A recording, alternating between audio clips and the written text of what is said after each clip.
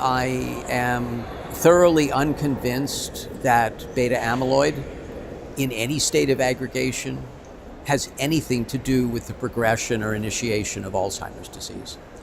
I think you can drive the disease with it, but only in very special circumstances. Most of the time, the disease is caused by other stuff. And so the reason I'm involved in this metabolism research, the reason I'm involved in the myelin research, is that beginning in 2010, I started writing about this, first in the Journal of Neuroscience and then more recently in Nature Neuroscience, trying to lay out the case for why this amyloid cascade hypothesis just didn't have legs to it.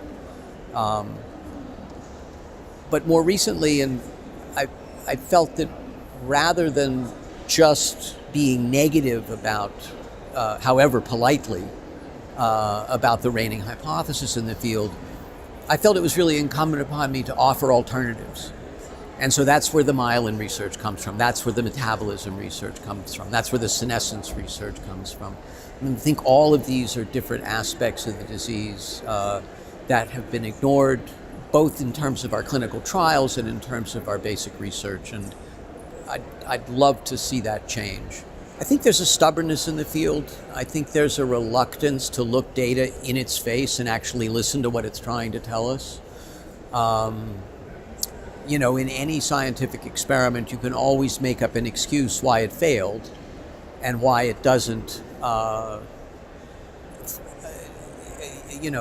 challenge the hypothesis that you went in with. But I'm of the mind that there is nothing that no result could be obtained that would convince a lot of the people in our field that their hypothesis of the disease was wrong. So it's called falsifying the hypothesis, and my feeling is that some people are just so stubborn and so wedded to this disease model that they're beyond convincing, and I find that very frustrating.